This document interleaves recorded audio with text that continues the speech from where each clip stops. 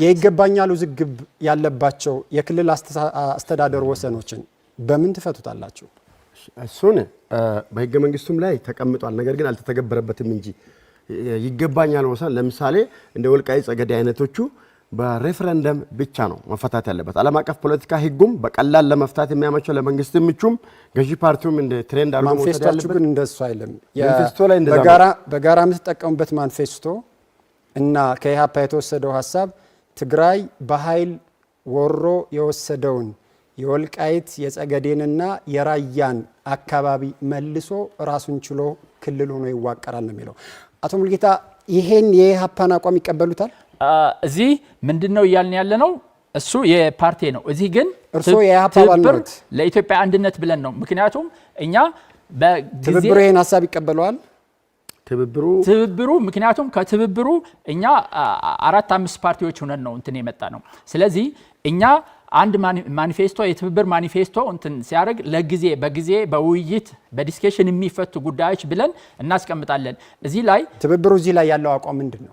ትብብሩ እዚህ ላይ ያለው እንደተባለው ምንድነው እኛ ከዚህ በፊት ምክንያቱም አሁን እንዳልከው ከዚህ በፊት በኃይል ከተወሰደ አሁን በዲስከሽን በህዝብ ምርጫ ምክንያቱም ወልቃይት እና ራያ የሚለውን ማለት ነው እዛ ያለውን ህዝብ እኔ ወደዚህ ነው የምሄደው እኔ ወደዚህ ነው የምሄደው ወይም የራሴ እንደሌሎቹም የራሴ ራስ ገዝ እንዲኖረኝ ክፍለ ሀገር እንዲኖረኝ ነው የሚል ባወጣነው ህገ መንግስት እና መስፈርት የሚያሟላ ከሆነ በዛ ነው የምንመልሰው። ምክንያቱም እኛ እዛም ይሁን እዛም ኢትዮጵያ ብለን ነው የምናስበው። ዛትስ ዋይ ይህንን ጥያቄ ያመጣው። አቶ ሙልጌታ እርሶ ከትግራይ ክልል የመጡ የትግራይ አካባቢን ወክያለሁ የሚሉ ፖለቲከኛ ነዎት።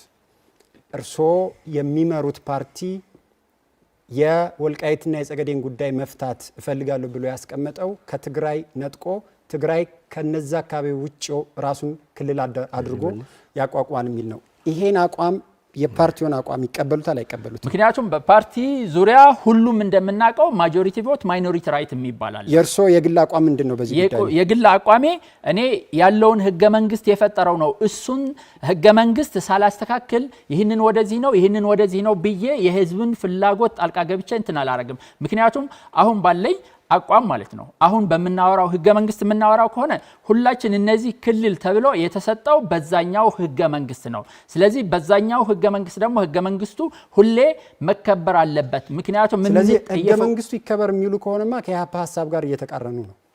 ህገ መንግስቱ እኛ የምናጸድቀው ህገ መንግስትም ይሁን አሁንም ያለው ህገ መንግስት ምክንያቱም እዚህ ቁሜ የምከራከረው እንዳልኩ ነው በኢህአፓ ምክንያቱም የኔ ሐሳብ ስለተለየ ማጆሪቲው ከደገፈው እኔ በዛን ይጀ ነው ስሩ ስትራግል ህገ መንግስቱን ማሻሻል ብላችሁ አስቀምጣችኋል። የትኞቹን አንቀጾች ነው ማስተካከል ወይም ደግሞ ማሻሻል የምትፈልጉት? ኦኬ ህገ መንግስቱ በአጠቃላይ ህገ መንግስቱ ሰነድ ነው። ሰነዱ መኖር ደግሞ ለሀገር ህልውና ወሳኝ ነው። ነገር ግን ከ1983 ዓመተ ምህረት አንፃር ዛሬ ካለንበት ሁኔታ ሲታይ የህብረተሰቡን የእድገት ደረጃ የኢኮኖሚ ደረጃ ሌላውንም ደግሞ የዜጎች የአስተሳሰብ እርከንን አይመጥንም። ስለዚህ ለምሳሌ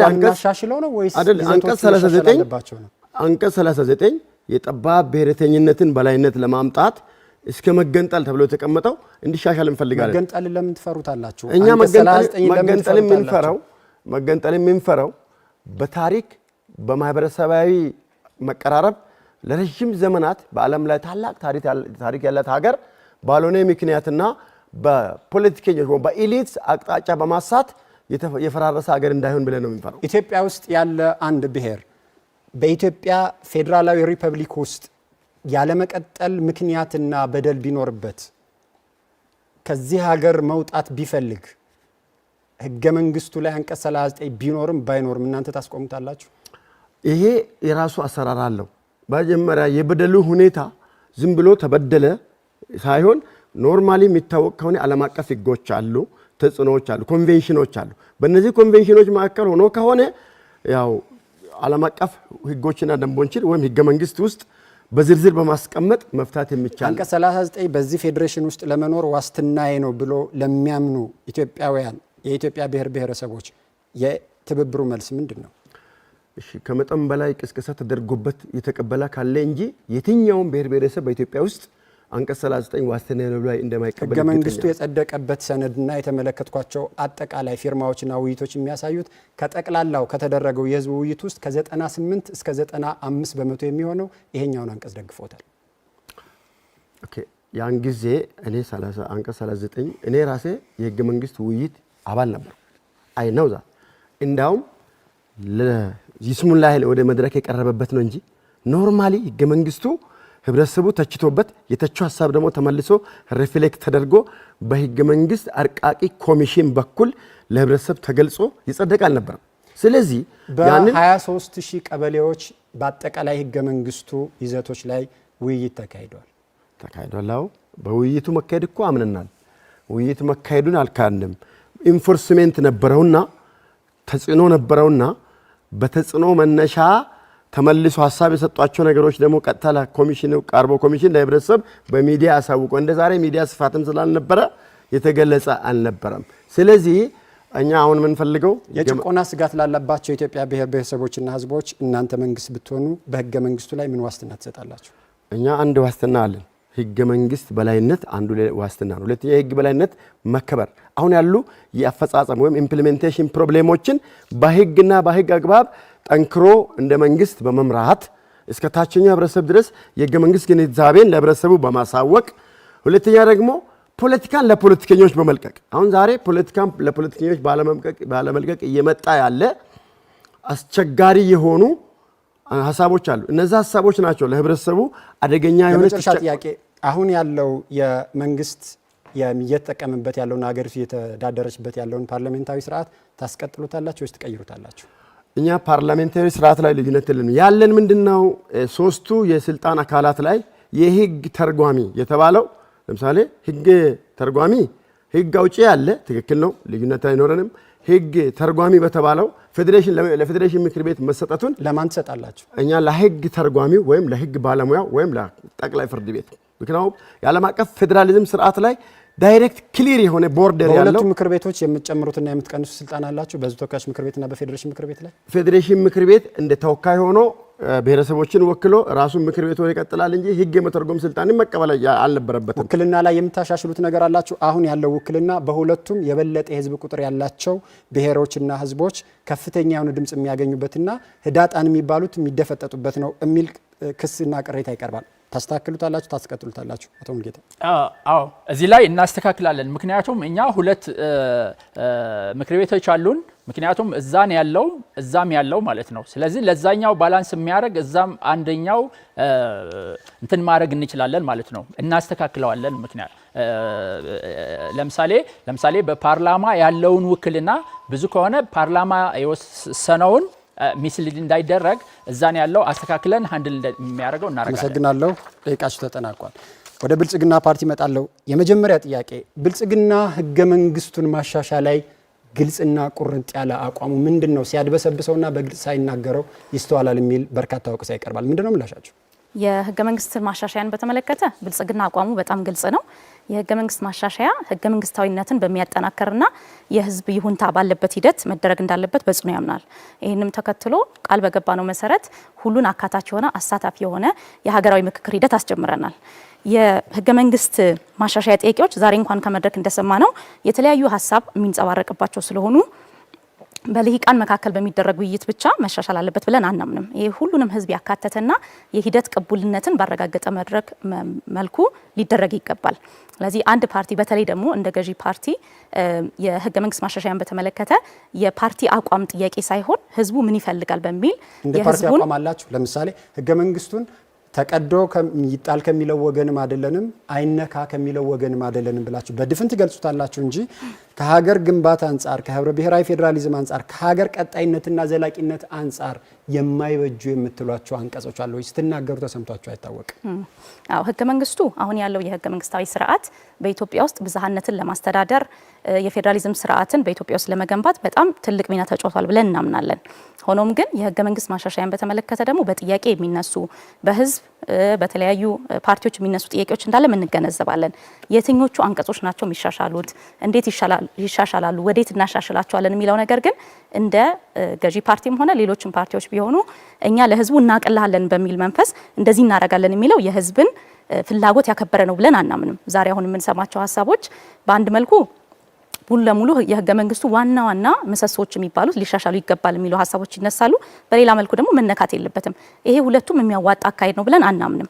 የህገ መንግስት ስርዓት አንድነት እና ኢዜማ ቅድም ሲያቀርብ የብሔር ብሔረሰቦች ራስን በራስ የማስተዳደር መብት እስከ መገንጠልን የተመለከተው፣ የመንግስት አወቃቀርን የተመለከተው፣ የፌዴራሊዝም የክልሎች አወቃቀርን የተመለከተው መሻሻል አለባቸው። መንግስት ብንሆን እናሻሽላለን ያሉት እናንተ በቀጣይ ህዝብ መርጧችሁ መንግስቱ ናችሁ ብትቀጥሉ እንዲህ ያለ ጥያቄ በሚነሳባቸው አንቀጾች ላይ ምንድነው አቋማችሁ? እንደዚህ አይነት ጥያቄዎች ሲነሱ ምላሻችን በህዝብ የትኞቹ አንቀጾች ይሻሻሉ የሚለውን ጨምሮ በህዝብ ጥያቄ መቅረብ አለበት ነው። ከልሂቃን አው በአካታች በሆነው ሀገራዊ ምክክር የሚመጣውን ውጤት እንጠብቃለን። በሱ መሰረት ደግሞ በህዝብ ውሳኔውን በሙሉ እንተገብራለን። ግን እዚህ እንደ ፖለቲካ ፓርቲዎች ብቻ ተገናኝተን የልሂቃን መካከል የሚደረግ ብቻ ንግግር አይደለም። ይሄ የፖለቲካ ጥያቄ ብቻ ሳይሆን በመደበኛ ይሄ ባዘቦት ፖለቲካ ምላሽ የሚያገኝ አይደለም። የህገ መንግስት ጥያቄ የሀገራችንን ዘላቂ ሰላም የሚያረጋግጥ በቀጣይነት ደግሞ አብሮ ሊያስኬደን የሚችል መሆን ስላለበት አንዱን ወገን አስደስቶ ሌላውን የሚያስከፋ የተወሰኑትን ብቻ ፍላጎቶች የሚያስተናግድ ሊሆን አይገባም። ለዚህ ደግሞ ዘላቂ ምላሽ ልናገኝ የምንችለው ህዝቡ ራሱ ምን ይፈልጋል የሚለውን ስንሰማ ለሀገሪቱ ሉዓላዊነትና የግዛት አንድነት ስጋት ነው ተብሎ በሚጠቀሰው አንቀጽ 39 ላይ ብልጽግና ፓርቲ ያለው አቋም ምንድን ነው? በጣም ነው ማመሰግነው። አይ ቲንክ የህገ መንግስት ማሻሻያን አስመልክቶ የብልጽግና ፓርቲ አቋም ግልጽ ነው። ቅድም በመግቢያችን ለማቅረብ እንደሞከር ነው ብልጽግና የራሱን ህገ መንግስት መጻፍ አይፈልግም። የሚፈልገው ህዝብ ነው ህገ መንግስትን መጻፍ ያለበት ብለን እናስባለን። ለምሳሌ አሁን ያለውን ህገ መንግስት ስትመለከቱት እየተነሳ ያለው አንዱ አርጊውመንት በተለይም ህገ መንግስቱ ሲጸድቅ አልተካተትኩም የሚል ማህበረሰብ አለ። ብልጽግና እንዲህ ያሉ በተለይም ደግሞ በኢትዮጵያ ውስጥ የተረጋጋ ፖለቲካ ለመፍጠር የሚያግዙትን ሂደቶች መከተል እንጂ በተለይም ደግሞ ህገ መንግስቱ በባህሪው የረጅም ጊዜ ሰነድ እንደመሆኑ መጠን የህዝብ ፍላጎት የህዝብ ተሳትፎ አጠቃላይ ደግሞ ሂዶ የኢትዮጵያን ሀገረ መንግስት በሚያጸና አግባብ ነው ብልጽግና ህገ መንግስቱ በተለይም ደግሞ በሀገራዊ አካታች ምክክሩ መሰረት መሻሻል አለበት ብሎ የሚያምነው ሀገሪቱን ይበታትናታል። መጀመሪያ ሲገባም አንቀጾ ሲቀረጽም መንፈሱ ሀገሪቱን መበተን ነው የሚል፣ በሌላ በኩል የህገ መንግስቱ መግቢያ ፕሪያምብል ላይ እኛ የኢትዮጵያ ብሔር ብሔረሰቦችና ህዝቦች ተብሎ የተቀመጠበት አግባብ መንፈሱ ኢትዮጵያን የሚበትን እና ኢትዮጵያውያንን የሀገር ባይታወር የሚያደርግ ስለሆነ ብለው በግልጽ ልሂቃንም የማህበረሰብ ክፍልም ጥያቄ አለው። ብልጽግና በእነዚህ አንቀጾች ላይ አቋም የለውም እያሉኝ ነው ወይስ ደግሞ አቋሙን መናገር አልፈለጉም? እያልን ያለነው ብልጽግና በተለይም የህገ መንግስት ማሻሻያና የሚሻሻሉ ዝርዝር ጉዳዮችን በተመለከተ አጠቃላይ በአካታች ሀገራዊ ምክክር አውድ ውስጥ ነው የሚታየው። በሚቀመጠው አቅጣጫ መሰረት ነው መሻሻል ያለባቸው። ቢካዝ ህገ መንግስት በባህሪው ዛሬ ጸድቆ ነገ የሚቀየር አይደለም። በጣም ለረጅም ጊዜ የሚያገለግል ሰነድ ነው። ይሄ ደግሞ ማለት በተለይም ደግሞ ኢትዮጵያን ሁሉንም ባሳተፈ አግባብ መሆን አለበት። ይሄን ደግሞ ስናደርግ ማሻሻያ መንገድ ደግሞ ህገ መንግስታዊነትን በሚያጠናክር አግባብ መሆን አለበት። ምን ማለት ነው? ህገ መንግስታዊነትን የፌዴራል ህገ መንግስት ባስቀመጠው አግባብ ህገ መንግስታዊ ስርዓቱን ተከትሎ መሻሻል አለበት። ነገር ግን የሚሻሻሉ ዝርዝር ጉዳዮችን በተመለከተ ግን ጥያቄ ህገ መንግስቱ የሚሻሻልበት የአሰራር ሂደት አይደለም። የፓርቲው አቋም በአንቀጾቹ ላይ ነው። የፓርቲው አቋም በአንቀጾቹ ላይ እያልን ያለነው አካታች ሀገራዊ የምክክር ኮሚሽኑ በሚያስቀምጣቸው ዝርዝር ጉዳዮች በዛ አግባብ እንዲታይ ነው ብልጽግና አቋም። አዲስ አበባን በተመለከተ የአዲስ አበባ በህገ መንግስቱ ላይ የኦሮሚያ ክልል በአዲስ አበባ ላይ ልዩ ጥቅም እንዳለው ተደንግጓል። በተደጋጋሚ የብልጽግና ፓርቲ አመራሮች ለዚህ ጉዳይ ዝርዝር መመሪያ እንዲወጣ ሲናገሩ ነበር። እስካሁን ያላወጣችሁት ለምንድን ነው እና ምንድን ነው የምትጠብቁት? የአዲስ አበባን ጉዳይ በተመለከተ አዲስ አበባ እይታችንን ከፍ አድርገን መመልከት ይኖርብናል። አዲስ አበባ የኢትዮጵያ መዲና ብቻ ሳትሆን የአፍሪካ መዲና እንዲሁም በዓለም ላይ ካሉ ዋና ዋና የዲፕሎማቲክ መቀመጫዎች መካከል አንደኛዋ ነች። ላለፉት ዓመታት ግን እንዲያውም ከስሟ ጋር ማይመጥን አዲስ አበባን የአፍሪካ መዲናነትንም በሚያሳጣ መልኩ ስትተዳደር ቆይታለች። ባለፉት ዓመታት ይሄን ለማረም አዲስ አበባ የሁሉም ኢትዮጵያውያን ኩራት የአፍሪካ መዲናነቷንም አስቀጥላ እንድትሄድ የተለያዩ ስራዎች ስንሰራ ቆይተናል። ስለዚህ ስለ አዲስ አበባ ጉዳይ ስንነጋገር የኢትዮጵያ ብቻ ሳይሆን ከአፍሪካ መዲናነቷ ማኳያ ማየት ይኖርብናል ማለት ነው። እድገትና ልማት ለኦሮሚያ ብሎም ደግሞ ለመላው ኢትዮጵያ በጣም ከፍተኛ ፋይዳ እንዳለው በጣም ግልጽ ነው። ባለፉት ዓመታት በተለይ በአዲስ አበባ ውስጥ ያለው እንቅስቃሴ ለአካባቢው ልማት፣ ለአካባቢው ጥቅም በጣም ትልቅ ውጤት ያስመዘገበ ጉዳይ ነው። ስለዚህ የአዲስ አበባን እድገት ስናስብ አዲስ አበባ ውስጥ የሚሰሩ የትኛውም ስራ በቅድሚያ ለከተማው ነዋሪዎች ቀጥሎም ደግሞ ለአካባቢው ትልቅ ፋይዳ ስላለው የኦሮሚያ ልዩ ጥቅምንም ሆነ አጠቃላይ ኢትዮጵያውያን በአዲስ አበባ ውስጥ ያላቸውን ፍላጎት በእነዚህ በምንሰራቸው የልማት ስራዎች ምላሽ እየሰጠን እንሄዳለን። የፌዴራሊዝም ቅርጽ አሁን ያለው ፌዴራሊዝም በቋንቋና በማንነት ላይ የተመሰረተ ለኢትዮጵያ የወደፊት አደጋ ሊደቅን የሚችልና ክልሎች በየጊዜው እየተፈለፈሉ እንዲሄድ ምክንያት የሚሆን አወቃቀር ነው የሚል ጠንከር ያለ ትችት አለ። እናንተ በዚህ የፌዴራሊዝም አወቃቀር ላይ የምታስቀጥሉትና የምታስተካክሉት ምንድን ነው? እዚህ ላይ አንድ ግልጽ መሆን ያለበት ነገር በሀገራችን የነበሩ የሰላም እጦቶች፣ ግጭቶችን ስናስብ ሙሉ ለሙሉ ከፌዴራል ስርዓቱ ጋር ማያያዙ ትክክል አይደለም። ቅድምም ሲነሳ ነበረ። በሀገራችን የሰላም እጦት፣ ግጭት የተጀመረው ከፌዴራል ስርዓቱ ጋር አይደለም። በእኛ እይታ በሀገራችን ላየናቸው የተለያዩ ግጭቶች፣ የሰላም እጦቶች ዋና ምክንያት የሆኑት በዋነኛነት አንደኛ የከፋፋይ የሆነ ትርክት ነው። ዜጎች በሀገራቸው በጋራ ቤታቸው አብረው መተዳደር እንዳይችሉ አንዱን ቤተኛ አንዱን ባይተዋር አድርገው የሚስሉ ከፋፋይ ትርክቶች ለነዚህ ግጭቶች ዋና መሰረት ናቸው። ከፋፋይ ትርክቱ እኮ ፌዴራሊዝሙን የፈጠረው ነው። ፌዴራሊዝሙ ደግሞ ከፋፋይ ትርክቱን እኮ በደንብ ያጠናከረው ነው። ስለዚህ እርስዎ እያሉኝ እንዳለው አሁን ያለው አወቃቀር ከፋፋይ ትርክቱን ወልዶ ከፋፋይ ትርክቱ ግጭቱን ወልዶታል እኮ። አጠቃላይ በኢትዮጵያ ውስጥ ለተከሰቱ ሰላም እጦቶች ዋናው መንስኤው ጉዳይ ብለን የምናስበው ምክንያቱም ፌዴራሊዝሙ ነው ብቻ ነው ብለን አናስብም። ይህ ማለት እንደዛ ከተባለ ብቻ አይደለም ስትሉ ከምክንያቶቹ አንዱ ነው እያላችሁ ነው? አላለም እያልን ያለ ነው። ለምሳሌ ምንም አይነት ምክንያት አይደለም እያሉኝ ነው። ላብራራው። ለምሳሌ ቅድመ 1987 እንውሰድ። ኢትዮጵያ ቅድመ 1987 ማለት የፌዴራል ስርዓቱ ኢትዮጵያ ያስተዋወቀችበት ጊዜ ነው። ቅድመ 1987 የነበረውን አህዳዊ ስርዓትን ብንመለከት ራሱ በኢትዮጵያ ውስጥ እርስ በራስ መጠፋፋት የነበረበት ከፍተኛ የሰላም እጦት የነበረበት ነው። አንድ ስለዚህ አጠቃላይ የሰላም እጦቱ ከስርዓት ጋር የሚገናኝ ነው ብሎ መደምደሙ ትክክል አይደለም ነው። ነገር ግን ለዚህ መነሻው ምንድነው ከተባለ አንዱ ቅድም ባልደረባዬ ስታነሳ እንደነበረው አጠቃላይ ኢትዮጵያ ውስጥ የተዘራው በተለይም ከፋፋይ የሆነ ነጠላ ትርክት ነው አንደኛው ምክንያት።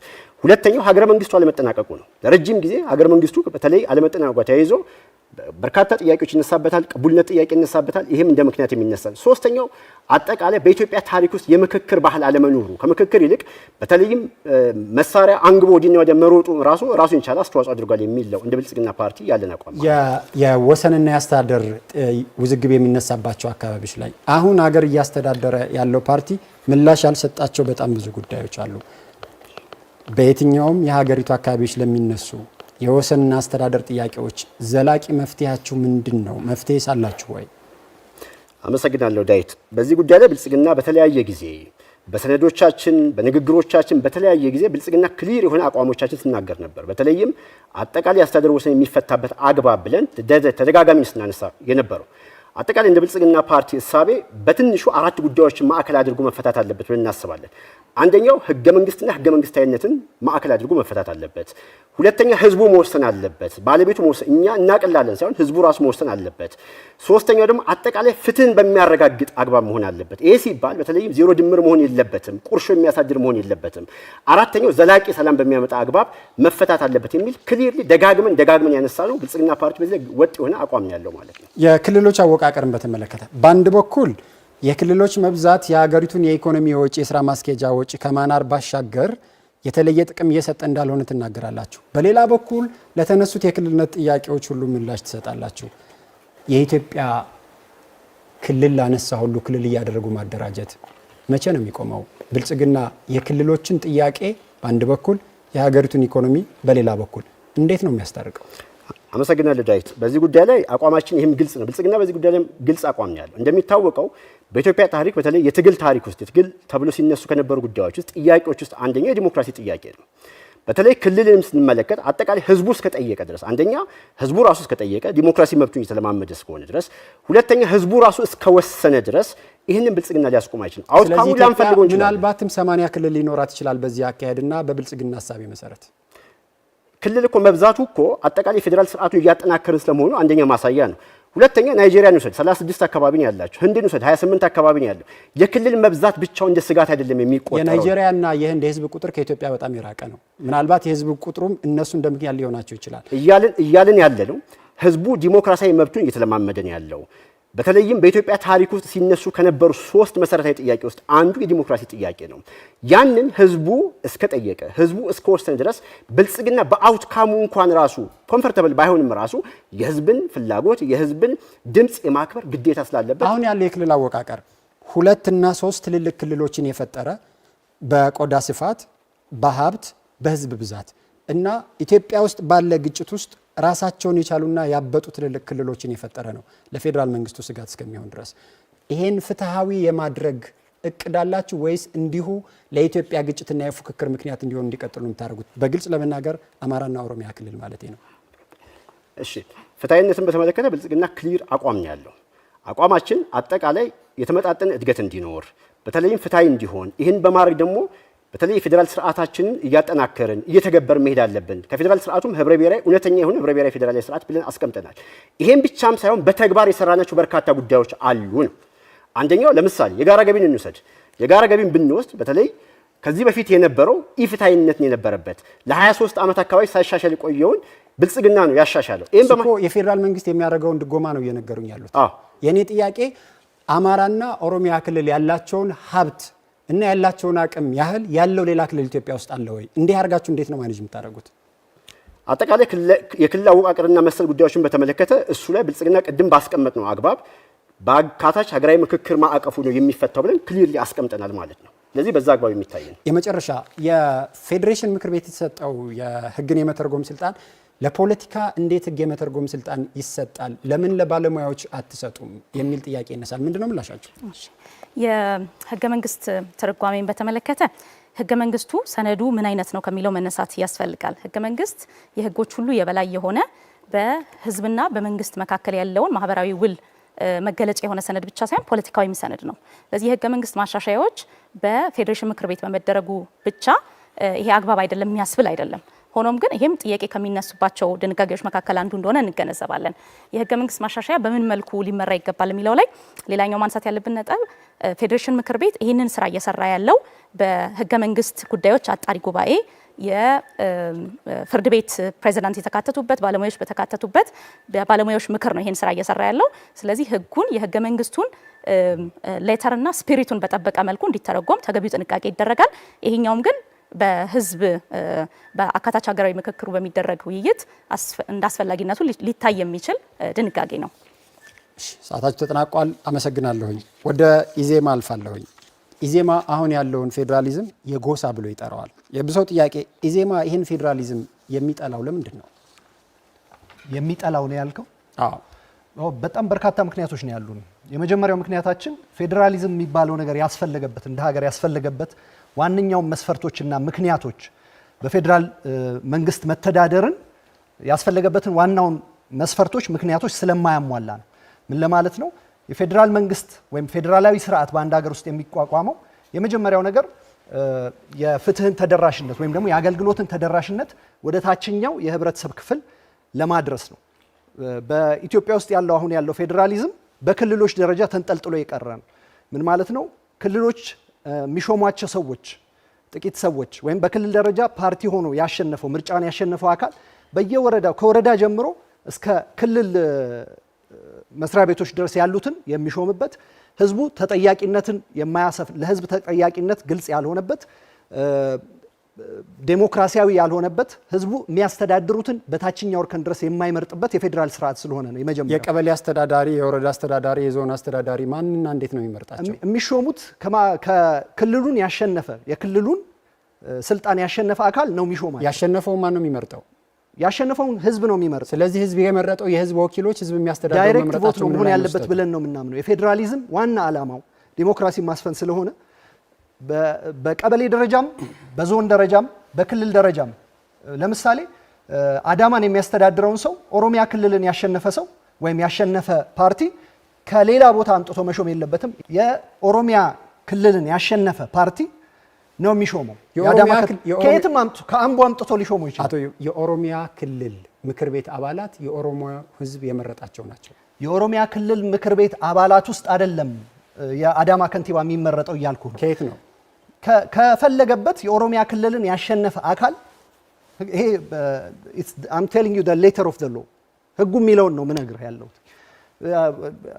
ኖት ነሰሰርሊ አዳማ ብቻ እያልኩኝ አይደለም። ባህር ዳር ላይ የሚሾመው ሰው የባህር ዳር ከንቲባ ተደርጎ የሚሾመውን ሰው የአማራ ክልልን ያሸነፈ አካል ነው የሚያደርገው።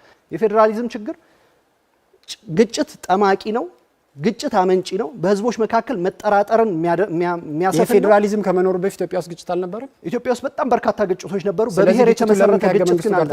በብሔር የተመሰረተ ግጭት ኢትዮጵያ ውስጥ አሁን ሲነገር እንደነበረው ከ1987 በፊት በብሔር ላይ የተመሰረተ የብሔር ተኮር ግጭት ኢትዮጵያ ውስጥ አልነበረም።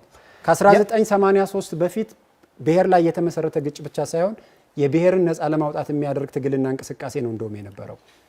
እሱን አይደለም እኮ ጥያቄው። አሁን በብሔሮች በረም ስላሉኝ ኖ እሱ ገዢዎች በየትኛውም ዘመን የነበሩ ገዢዎች የተለያዩ ጭቆናዎችን ኢትዮጵያ ውስጥ ሲያደርጉ ነበር። የፓወር ስትራግል ነው፣ ስልጣን ለመያዝ የሚደረግ ትግል ነው። እሱን አይደለም እየተጠቀሰ የተጨቆነ ህዝብና ብሔር አልነበረም እያሉኝ ነው። ነበረ፣ ግን የጨቆነው ሌላ ብሔር አይደለም ነው እያልኩ ያለሁት። በብሔሮች መካከል ግን አልጨረስኩልህም ዴቭ፣ ጥያቄው ተድበስብሶ እንዳያልፍ ስለምፈልግ የፌዴራሊዝሙ ችግሮች ግጭት ጠማቂ ነው። የታችኛው እርከን ላይ ያሉ ሰዎች ዜጎቻችን የሚመሯቸውን እንዲመርጡ የሚያደርግ አይደለም። ከዚህ በተጨማሪ ደግሞ አጠቃላይ የፌዴራሊዝም ምክንያት የሆነውን በጋራ መኖርን የሚያላላ የህዝቦች አንድነትን የኢትዮጵያውያንን አንድነት በእኛ እምነት ሁልጊዜ እንደምንለው እኛ ኢትዮጵያውያን በዳይቨርሲቲ በልዩነት የተዋብን የተገመድን ግን አንድ ህዝብ ነን ብለን እናምናለን። አሁን እየተገበረ ያለው የፌዴራሊዝም ስርዓት ቋንቋን ብቻ ነው መሰረት ያደረገው ትላላችሁ ነው? ለምሳሌ አማራ ክልል ውስጥ የአማራ ህዝብ ብቻ ክልል አይደለም። የደቡብ ምዕራብ ኢትዮጵያን ብንመለከት የአንድ ብሔር አይደለም። ማዕከላዊ ኢትዮጵያን ብንመለከት የአንድ ብሔር አይደለም። ከየት አምጥታችሁ ነው ብሔርና ቋንቋን ብቻ መሰረት ያደረገ ፌዴራሊዝም ነው የምትሉት? እዚህ ጋር እኔ ልመልስልህ። ምንድነው አሁን ቅድምም ሲባል ከነበረው አንጻር ኢዜማ ፌዴራሊዝምን አይጠላም። አሁን ያለውን ፌዴራሊዝም አሁን ያለውን አወቃቀሩን በተመለከተ ቅሬታ ያለው ግጭትን ያባብሳል፣ ኢንሃንስ ያደርጋል በሚል ነው ቅሬታችን። በሁለተኛ ደረጃ አሁን እንደተገለጸው የኢትዮጵያ ፌዴራል ስርዓትን በዚህ ብሎ መመደብም አይቻልም። በቋንቋም ብሎ ቁልጭ ያለ ነገር የለውም። በማንነት ላይ ብሎ ማስቀመጥ የማይቻል በምንም እዚህ ገባ የምትለው አይደለም። ግን ሞር ወደ ቋንቋ ያደላ ከዛ በኋላ በጊዜ ሂደት ደግሞ ወደ በዘር ላይ የተመሰረተ እስከምንለው ድረስ እየከረረ የመጣ የእናንተ ማኒፌስቶና የእናንተ አቋም ክልሎችን ስናዋቅር ቋንቋ፣ መልክዓ ምድራዊ አቀማመጥን፣ የአስተዳደር አመችነትን፣ ፍትሃዊ የሀብት ክፍልን መሰረት አድርገን እናደራጃለን ያላችሁት። ይሄኛውንም ያደራጁት አካላት የሚሉት ቋንቋን፣ መልክዓ ምድራዊ አቀማመጥና የአስተዳደር አመችነትን ተመሳሳይ መስፈርት እኮ ነው እያነሳችሁ ያላችሁ። ዴቭ እንዳንሳሳት አሁን ያለውን ህገ መንግስት ወይም ፌዴራሊዝም ያቋቋሙት አካላት እንደሱ አይሉ። ህገ መንግስቱ ላይ በግልጽ የተቀመጠ አለ። በህዝብ አሰፋፈር ህዝብ ማለት ቋንቋና ባህል ያለው ማለት የህዝብ አሰፋፈር መልክዓ ምድር ነው አይደለም። መልክዓ ምድር ሊሆን አይችልም፣ ጂኦግራፊ ነው እሱ። የህዝብ አሰፋፈር ምንድን ነው? በእንግሊዝኛው ላንብብል፣ አይደንቲቲ ነው የሚለው። የህዝብ አሰፋፈር የሚለውን ቋንቋና ባህል ማለት ነው ህዝብ ማለት። አንድ ህዝብ የሚለው በህገ መንግስቱ ትርጓሜ መሰረት ቋንቋና ባህል ነው። ቀጥሎ ይቀጥልና ቋንቋ ይላል፣ ድጋሚ ቀጥሎ ማንነት ይላል፣ ከዛ ፈቃድ ይላል። ስለዚህ አጠቃላይ ህገ መንግስቱ ሲረቀቅ የነበረው ቋንቋን መሰረት ያደረገ ማንነትን መሰረት ያደረገ ህገ መንግስት ነው ወይም ፌዴራሊዝም። ምዕራብ ኢትዮጵያን የማን ነው ትሉታላችሁ? በማንነት አንጻር ተዋቅራችሁ የማዕከላዊ ኢትዮጵያን ደቡብ ምዕራብ ኢትዮጵያ ልመጣልህ ነው። ህገ መንግስቱ ሁለት ሜጀር ችግሮች ነው ያሉበት። የመጀመሪያው በቋንቋ ይዋቀራል ይልህና ግን